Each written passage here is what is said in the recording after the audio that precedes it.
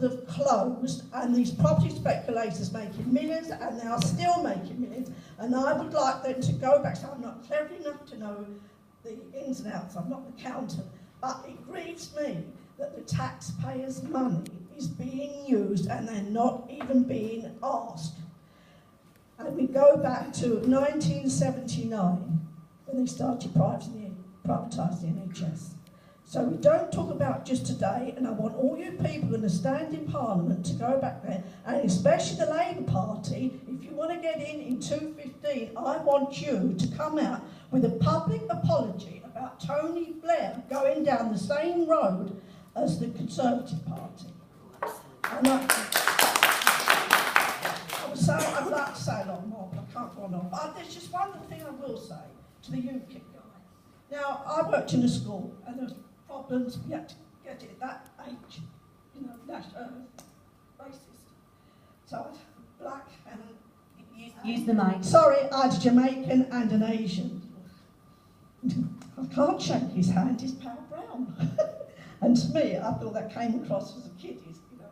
But what I'm saying is, I said to these children, if you were hanging over a cliff, and your hand was there, would you care what colour or what country they came from? And that's what we've got to think about. And I'd like to ask you, if you went into hospital, would you say, I don't want you to treat me because you're an immigrant? Anyway, so I would like you all, I don't know if I'm allowed to say this, but as you're all for local politics, I would like you all to try and support Louise, because she's going to be a speaker, and she's going to be a very good speaker in European market. Thank you.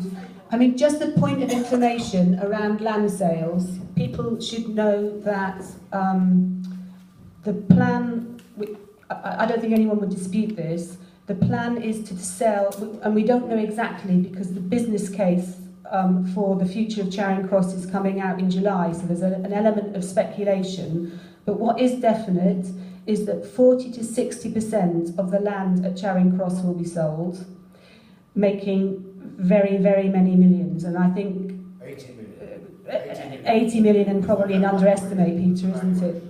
The other thing, place. Sorry, the other thing that's being sold off is around 50% of the land at St Mary's in Paddington. So even though that's supposed to be our new flagship A&E, actually half of the land there is going to be sold. And it is that issue around once it's gone forever, and we're losing an enormous amount of public assets, and perhaps that hasn't been well publicised enough.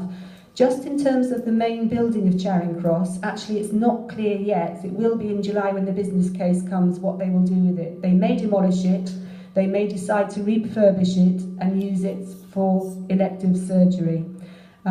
Next person to speak.